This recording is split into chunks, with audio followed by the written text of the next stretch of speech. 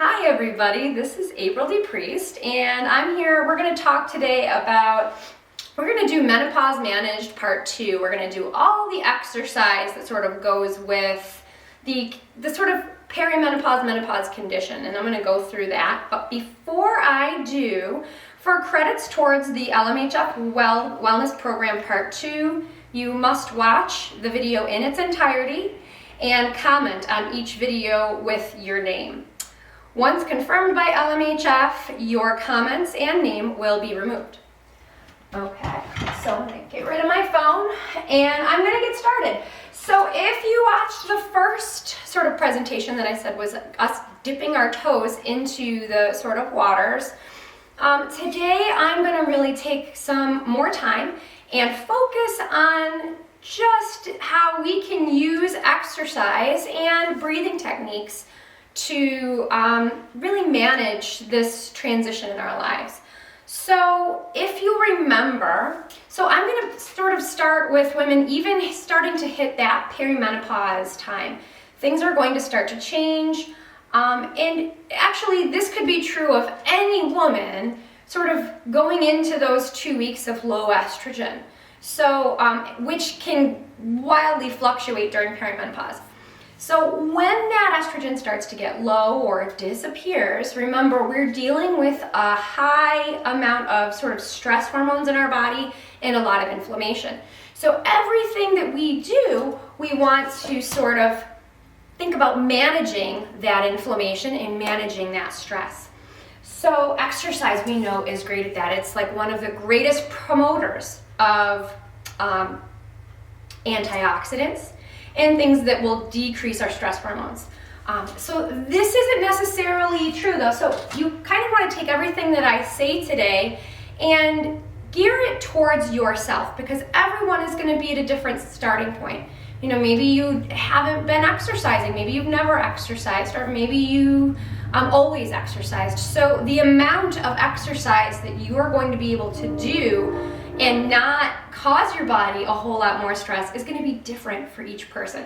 So really kind of take everything that I say and apply it to where you are now.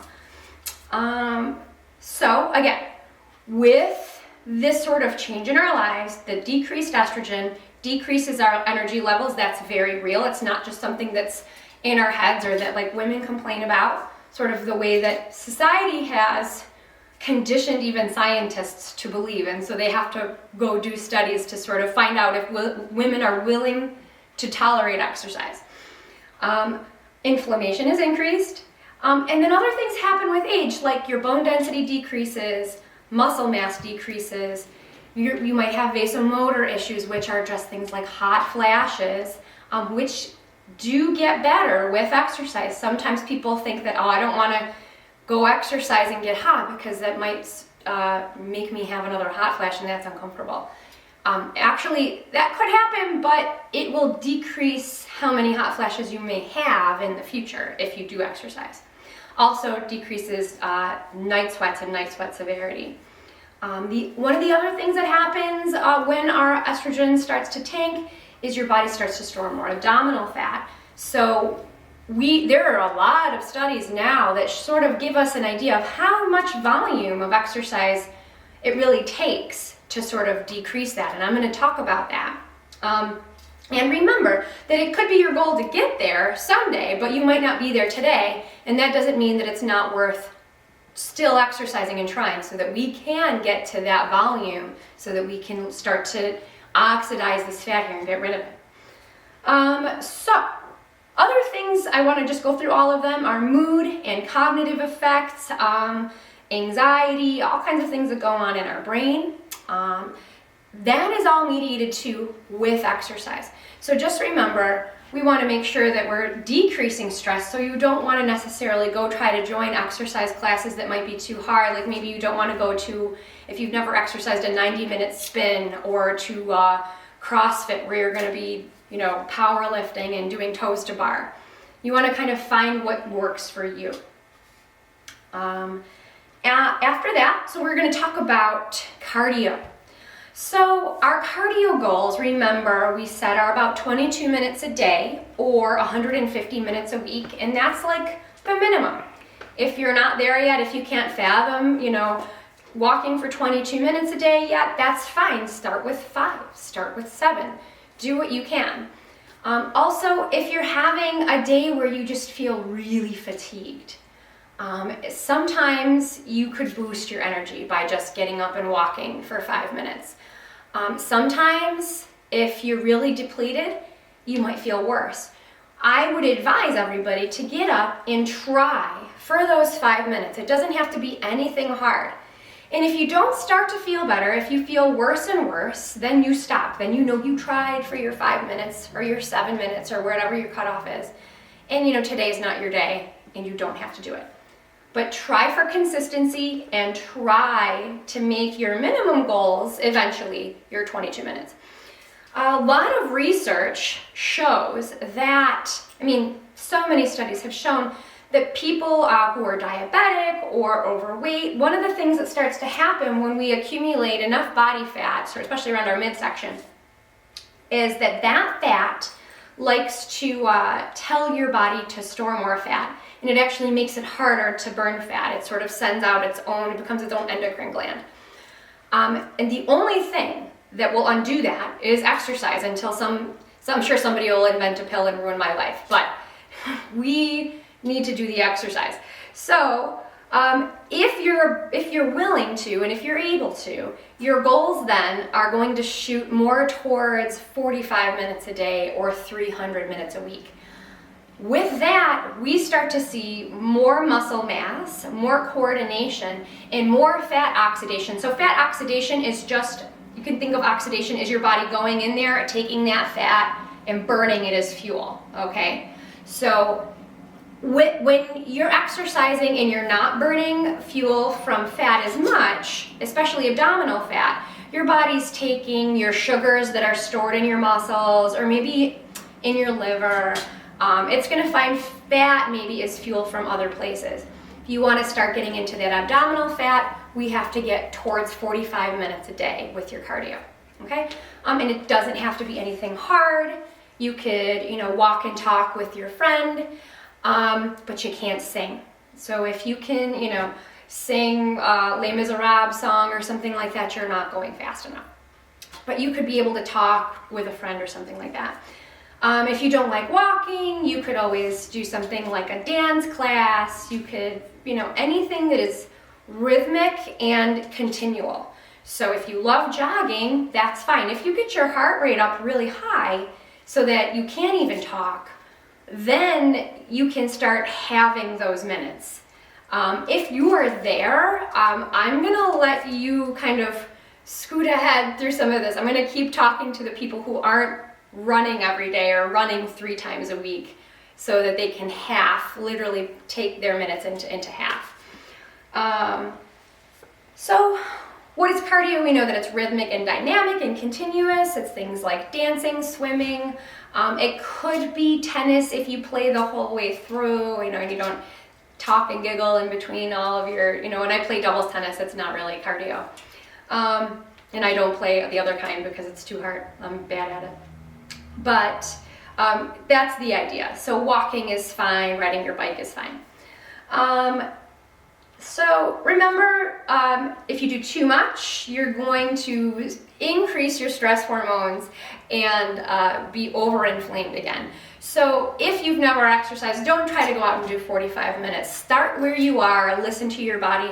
I would say even be conservative. If you are brand new to exercise, go out for a 10-minute walk, see how you feel. Tomorrow, go out for a 15-minute walk and see how you feel, and build up from there.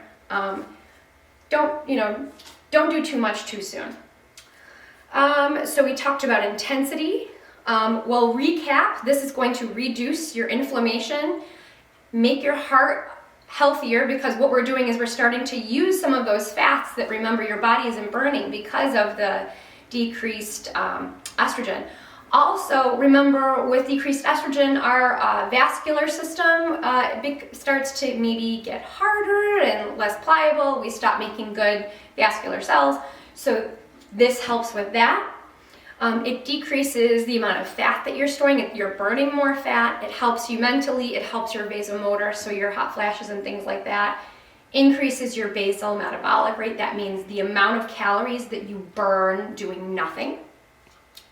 So that's all great. Just remember to pay attention to how you feel. Be consistent, meaning try to do something every day, even if it's just a little walk. Try to do something every day. Even if you're feeling really yucky, just try 5 minutes and maybe you'll feel better. If you do not feel better, turn around and go home, okay? That's just the name of the game. And that way you can always give yourself a pat on the back because you know that this isn't your day. So from there, we're also going to talk about resistance exercise. So cardio, you need 300 minutes if you really want to get into that. Fat burning, 150 minutes a week minimum, okay? And if you're not there yet, don't worry. Do what you can while you can.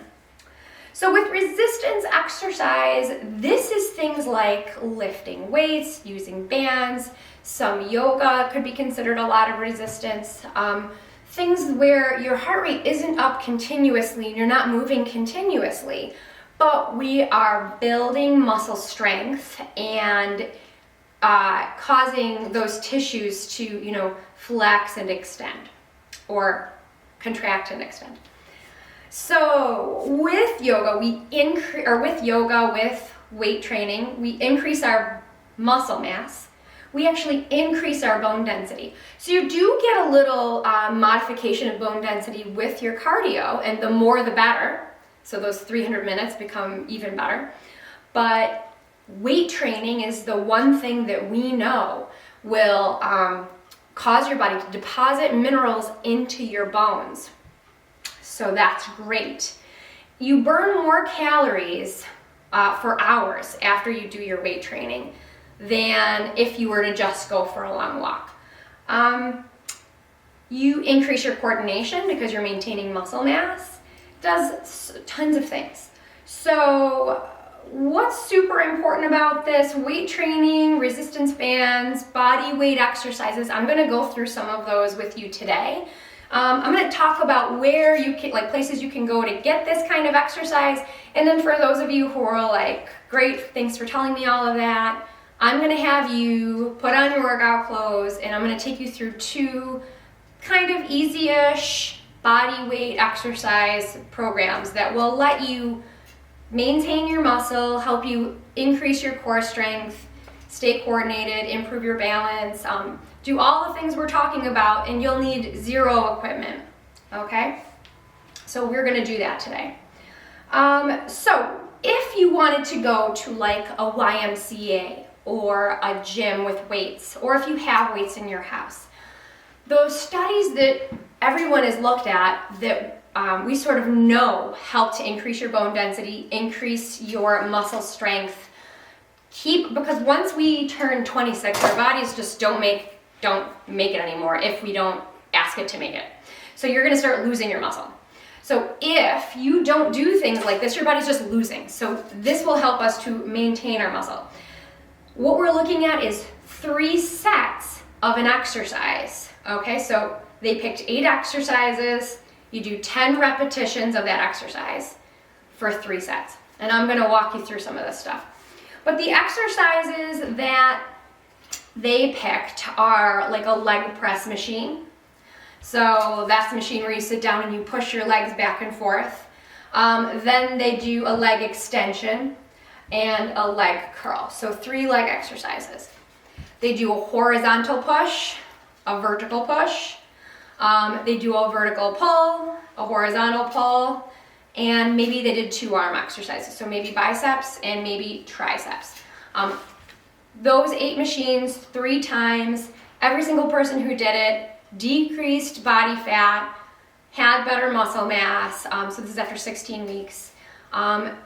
And so that study has been redone probably 30 times, just to we like to see replication of data. And so that's pretty well established that that's all you need to do twice a week. So 8 exercises, those are 8 machines at the gym, 10 repetitions, 3 times. And you could join like Silver Sneakers, or if we're not there yet, maybe you're my age and maybe you can't get into Silver Sneakers yet. Any gym with machines you'd be able to go do that at.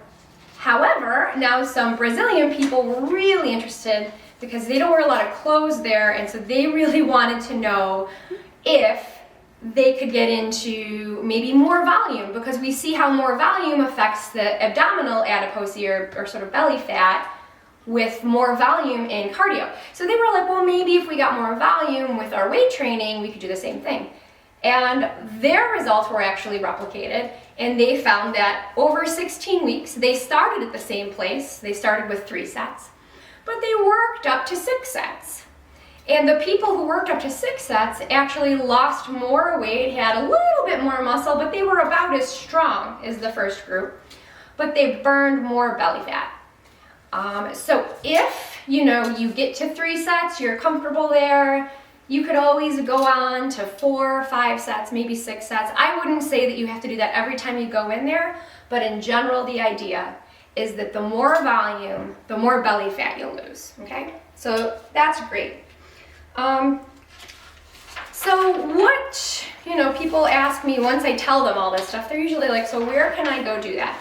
So I mentioned Silver Sneakers has a good program, and they're in a lot of gyms. I love the YMCA, the JCC is wonderful, and there's, all kinds of commercial gyms that you can go check out and try.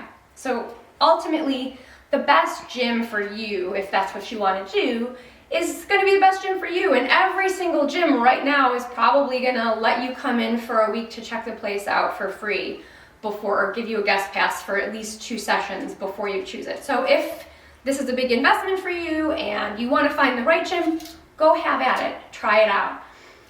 A lot of times they'll give you like some kid, usually one of my students, who'll have to go show you all the exercises. So that's cool too. You'll get to learn how what the different machines do and which ones you like best.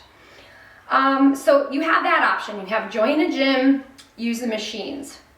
And the machines again are leg press, leg extension, leg curl. So leg press, it looks like a squat.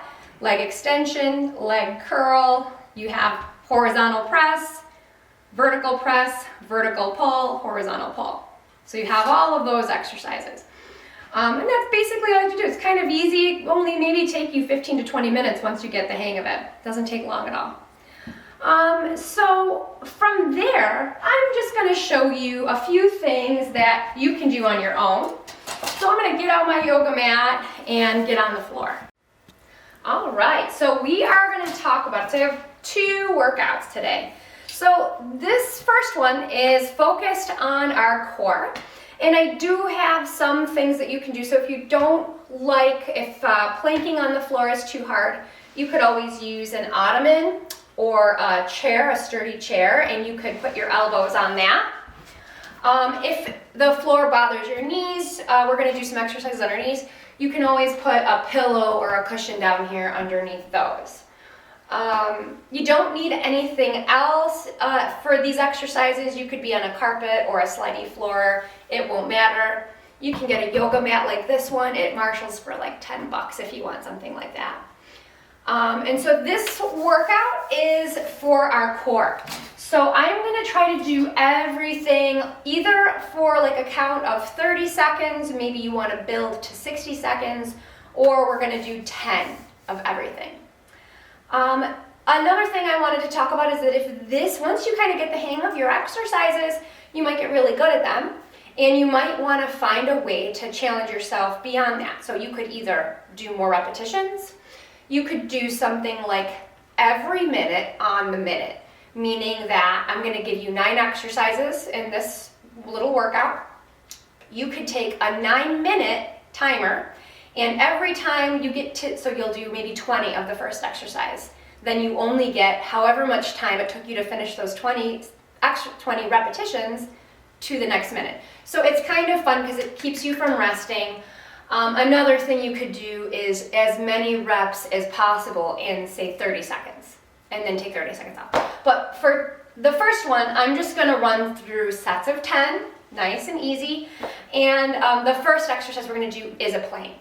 So I'm going to walk you through a plank, and we're just going to hold it for about 30 seconds. So I have my little timer on my watch, and I'm going to look at that. So when we go into a plank, you want to make sure that you start, if you're doing a high plank, with your hands directly under your shoulders. You want to press your knuckles and all of your fingers nice and wide into the ground, and then think in this position about pushing your spine up. Having heavy hips, continue to push your spine up and extend your toes. Push back into your heels, push your spine up, and just hold. And we're going to stay here for 30 seconds. Now, for those of you who might not like this position, you could always come down to your elbows and same thing. This is a little bit harder on everything, keeping your elbows directly under your shoulders. And again, if this is too hard, you could do it on a countertop, you could do it on your chair, you could do it on an ottoman. Elevating yourself will make it a lot easier on your shoulders and on your abs. So there's 30 seconds. I talked through the whole thing. From there, you may want to give yourself a little break, but it kind of wakes everything up. I'll go through two mistakes I see a lot when I see people do this. They'll do this. They'll push, as soon as it gets hard, they push their hips up. So that takes all the work out of your abs. And the other thing I see is like a lot of hip sagginess. So you always want to check yourself, make sure you're pushing your abs into your spine, pushing your spine high, hips low. From there, we are going to go into an exercise called a bird dog. And so one of the other things about this circuit is that all of these exercises were kind of developed by a back researcher. His name's Dr. Stuart McGill, and he's the foremost back researcher in the world. So if you've got any disc issues or if your core is not very strong, you probably have low back issues. These exercises are actually the ones that we know help that the most. So we're not going to do anything like a crunch, but bird dogs are one of the best things we can do, not only for your core, but for your lower back. So we're going to go back into our hands being directly under our shoulders position. You're going to curl your toes under. You don't want the tops of your feet down. So curl your toes under. Knees directly under your hips. Hands directly under your shoulders. Push your knuckles into the floor. And then let's take up our right leg. So squeeze the glute, take the right leg up, push the spine up, and I'm going to take the opposite arm. So left arm up next to my head. We're going to look for elongation. And here, the same thing. I would just have us hold. So let's hold for 10, 9, 8, 7, 6, 5, 4, 3, 2, 1. Bring it all down. Check to make sure we're engaged. And we're going to go to the other side and hold for 10. So spine goes up. So I'll show you what it looks like if I don't hold my spine up. If I don't use my abs, everything sags. Push it up and hold steady. Pretend little kids are going to eat spaghetti and meatballs on your back and you have a white carpet. So you want to keep everything steady. After 10 seconds, we can bring it all back. Now that we've got that warmed up, we're going to do a bird dog touch. These are hard. So if you find that you don't have the balance or that maybe you have this hip dip. So a lot of times you might go on YouTube or you might have a sort of novice instructor and they will allow you to look like this, doing a bird dog touch. The whole point of this exercise is to keep your spine super tight and unmoving while your arms and legs are going all over the place. So you want to touch and extend as you're using your abs to control your spine. So this all stays flat and we're reaching. So 10 of these. 4, hopefully I'm counting right, 5, 6, and if you really want something, you could put a prop on your back so you know you're holding it steady. Now I'm letting my prop fall. But we'll do 10 of those on each side. So take a little break, move to the other side, reach to touch. If this is too hard, your modification is not to come all the way to center, just to touch the floor in front of you. After 10 of those, we can take a little break and we'll do a bird dog pulse. So same position, Bring everything up opposites, and we're gonna pulse. Remember, we're holding our abs tight and pushing our spine high. If I don't, this is what I look like. So push it up and pulse for 10. Other side for 10. 2, 3, 4, 5, 6, 7, 8, 9, and 10. Awesome. We'll take a little break. And we're going to do one more where we take our arms and legs out to the side. So I'm going to go back up, right arm, left leg. And we're going to take everything out like you're in outer space. We're going to move my right leg to the right, my left arm to the left, 10 times, pushing your spine up the whole time. So sometimes if your shoulders are weak, you'll start to feel these in your shoulders. If you're doing these with me, and I hope you are, take your time and you can hit pause and give yourself more break time. If you want to, keep doing these on your own, maybe just pay attention to how much break you're giving yourself. 4, 5, 6, 7, 8, 9, and 10.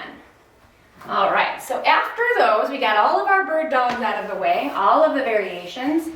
We're gonna go on our side for some side planks. So this is the second big exercise Dr. McGill gave us. And so the first thing we're gonna do is a side plank hold. So with side planks, we're really looking at this area here, our obliques or our love handles. But this exercise involves everything. So you're gonna feel it in your shoulder, and you'll probably feel it in your glute. Now I'm gonna give you a modification that most people can do. Again, just like regular planks, if it's too difficult, you're not there yet, you could always go up to a chair or a table or something higher, and that will take the pressure off. So from here, I'm going to give you a pretty easy variation, and I'll show you a more difficult one. Elbows directly under your shoulder. Make sure that we're turned so that our torso is perpendicular to the floor.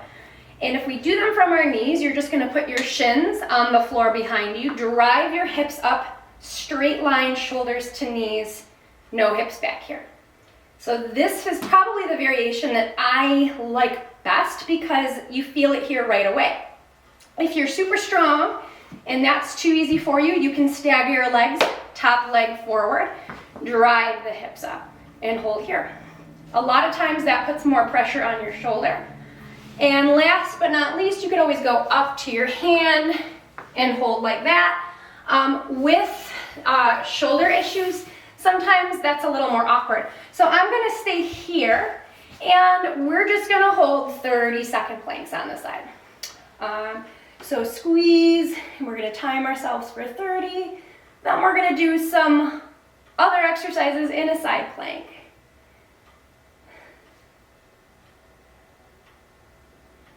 And 5, 4, 2, 1, other side. So same thing, elbow directly under our shoulder, driving the hips up, nice and flat, and we'll hold for 30. And sometimes you might find that one side's stronger than the other, and it's good to notice things like that.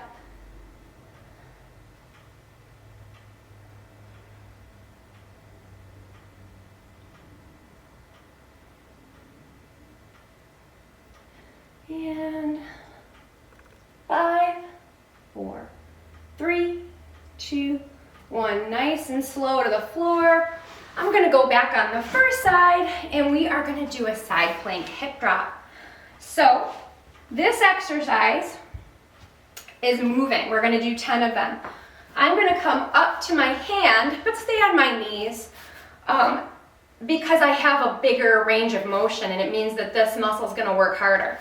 If that's too hard, you can stay on your elbow and just drive your hips up, let it sink to the floor.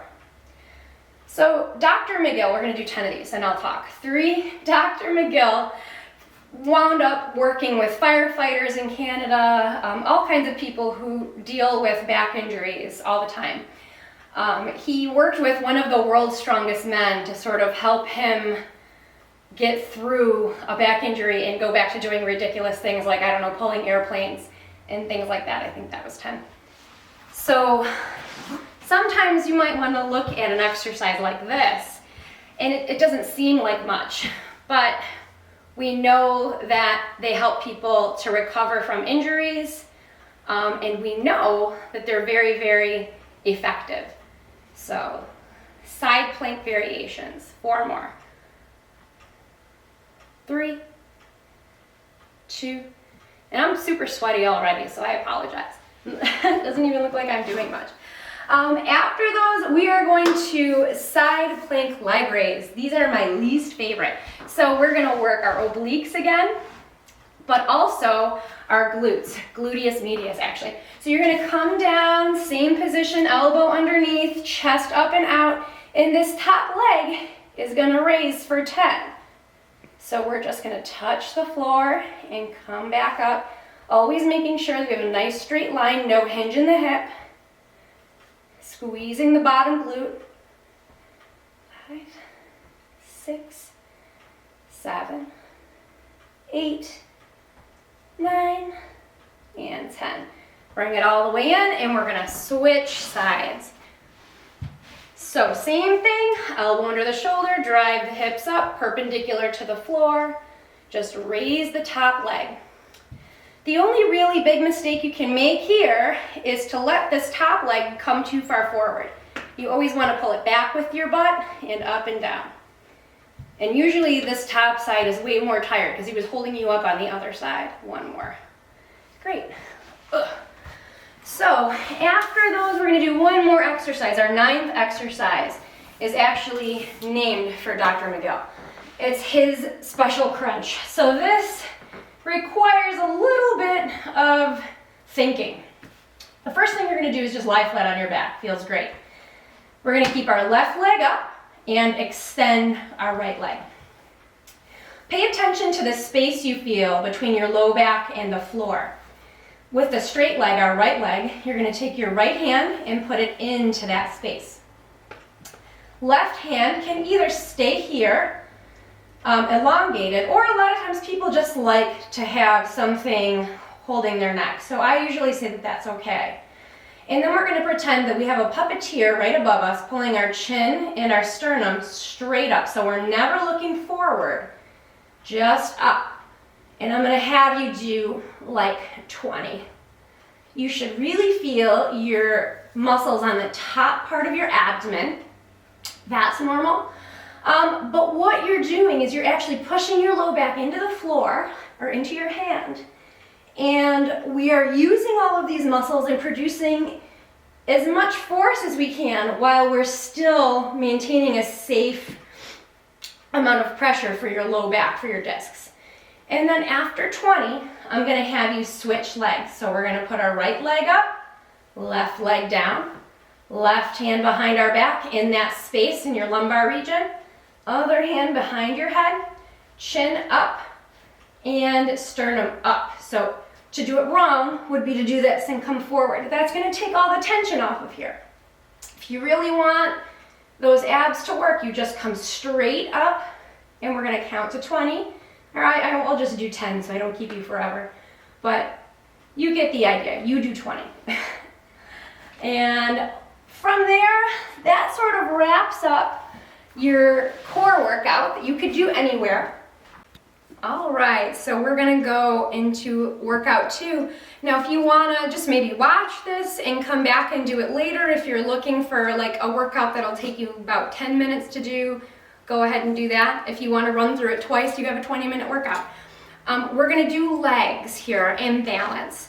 So the first exercise we're going to start with, I know I told you that you don't need anything, and you don't. You could do this exercise with a water bottle if you wanted some resistance, or if you like to buy gadgets and you like to buy things, you could always, for $10, get resistance bands like this.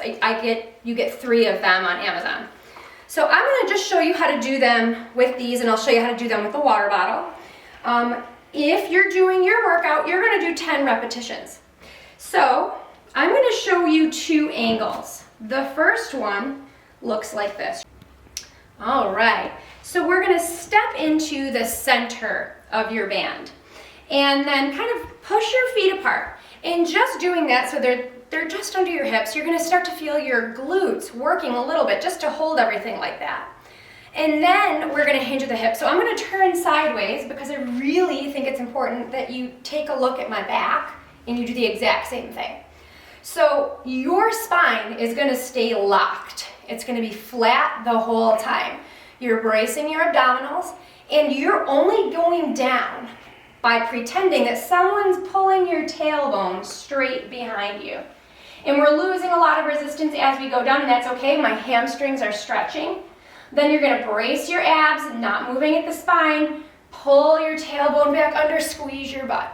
So here's a deadlift. This is what you see those big, huge bodybuilders doing at the gym, but it's way safer, and you don't need any weights because you have a resistance band. So here we would do 10 of these. If 10's easy, go ahead and do more.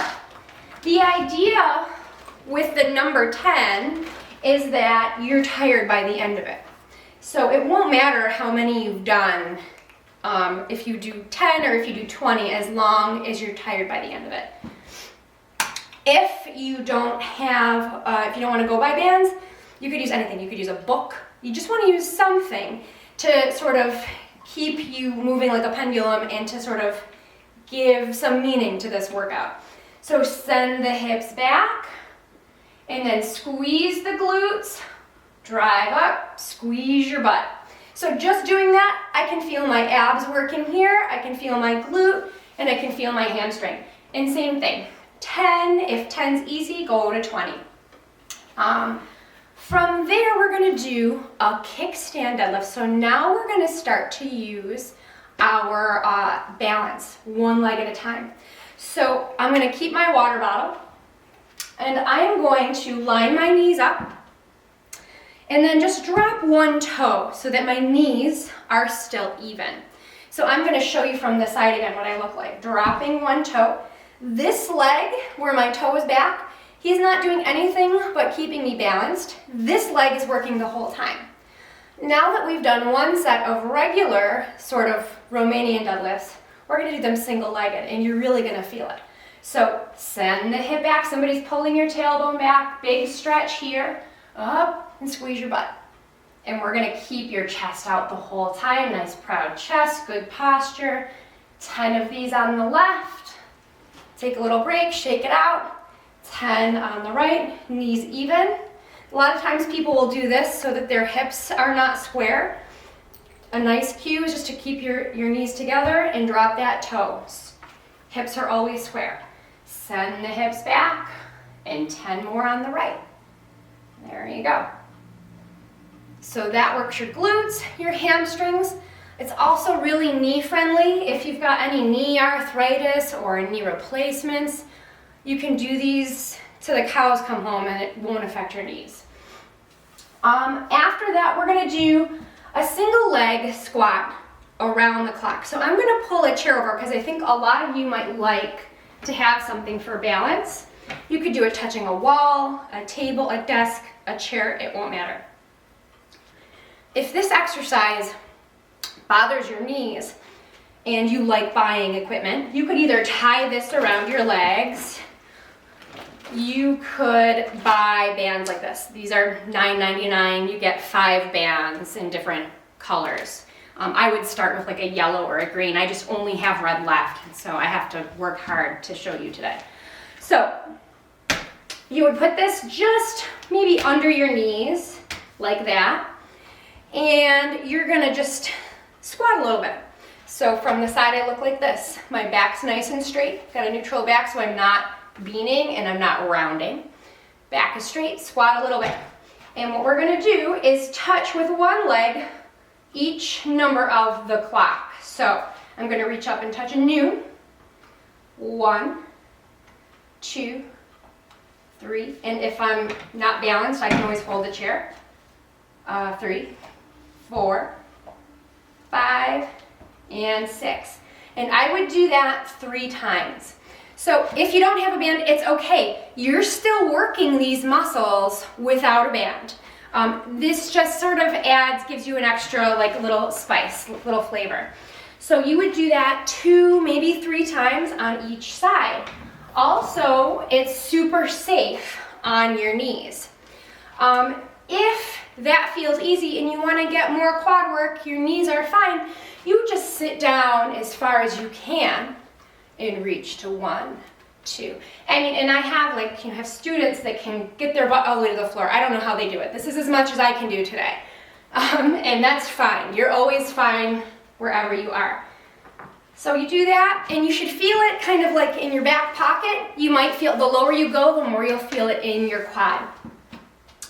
And if doing any of these things, you feel your knees get creaky and it hurts, don't do it.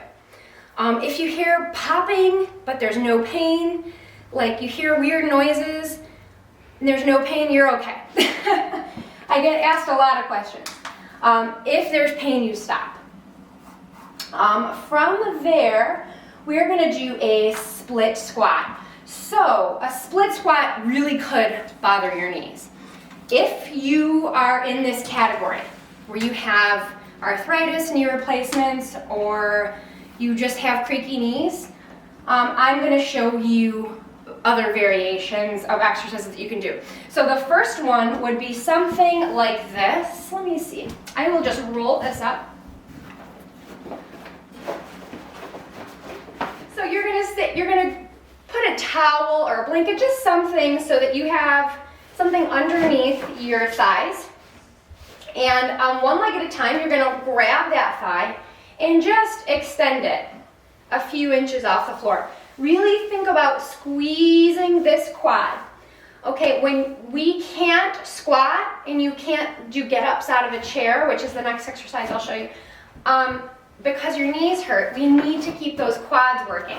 So, and you can always do it just like this, squeezing this top of your thigh, extend, hold, count to 1, 2, 3, all the way down.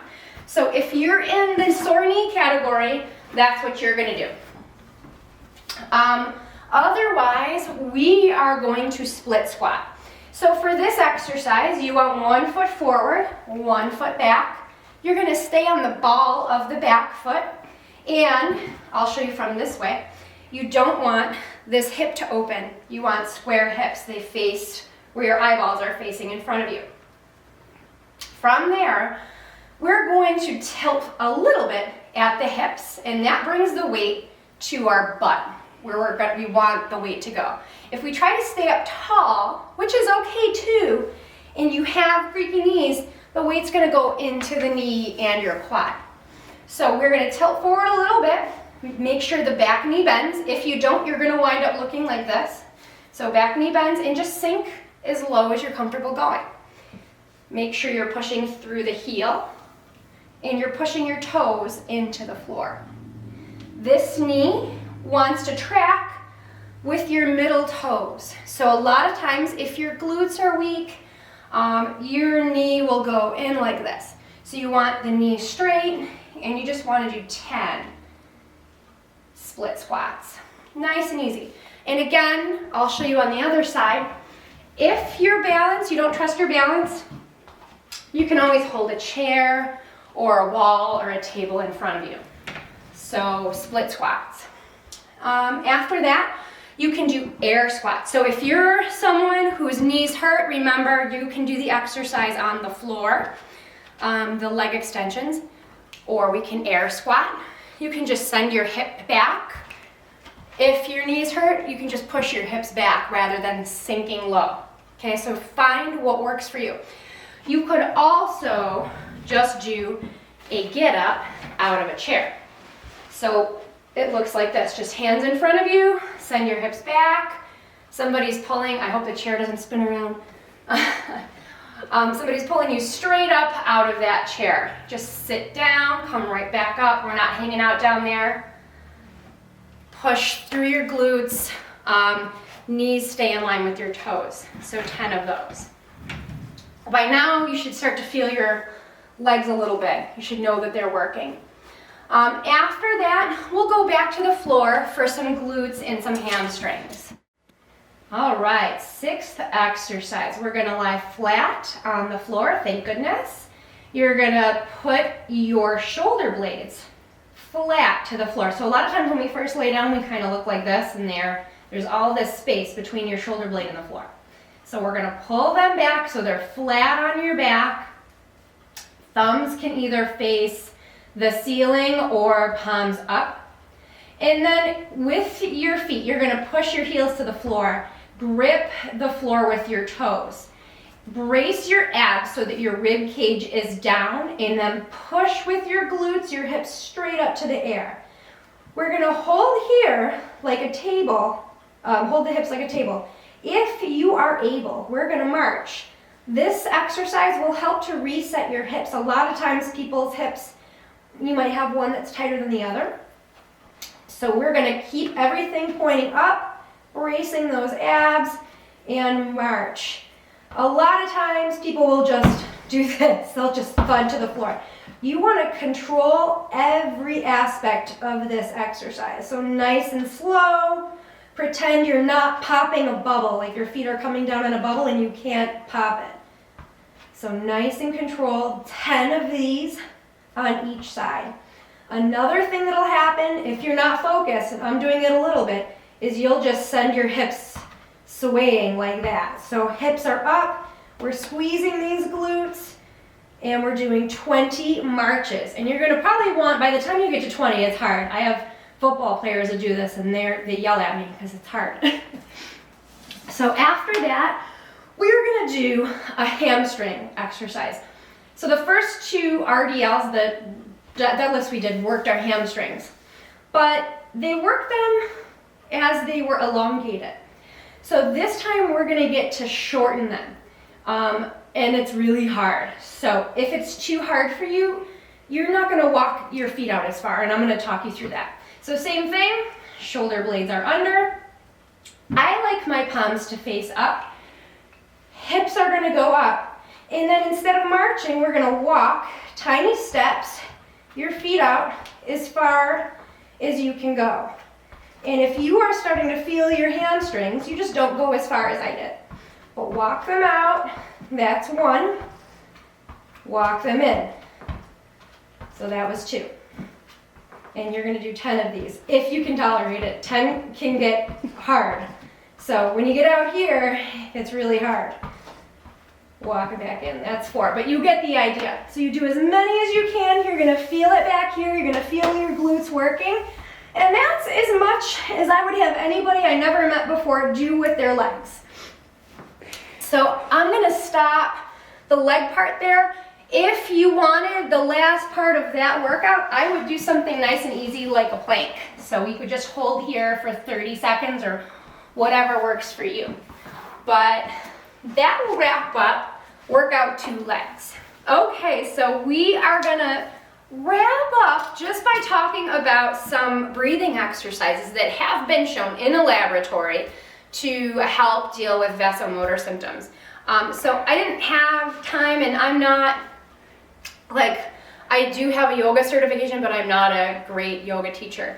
There's a lot of yoga that's really helpful for this sort of phase that you could go look into. I'm gonna just start with something very basic called pranayama, and that's just breathing. That just means breathing. So we know that by using some breathing techniques that we can reduce like hot flashes, some anxiety, night sweats, all improve. The first thing I want you to do is just get a comfortable seat. So for me, I'm sitting crisscross applesauce. That works for me. Actually, if I want to stretch my glutes out, I'm going to pile my legs up on top of each other like this. But you could sit in a chair, you could sit on your knees, you could do whatever's comfortable, but get there. So once you have your comfortable seat, we sit up tall. Pretend you've got a puppeteer pulling your whole spine straight up and down. Then I'm going to have you take one hand and put it on your belly, and the other hand we can put on our heart. And we're just going to take a deep breath in through your nose. And as you do that, pay attention to where your hands are.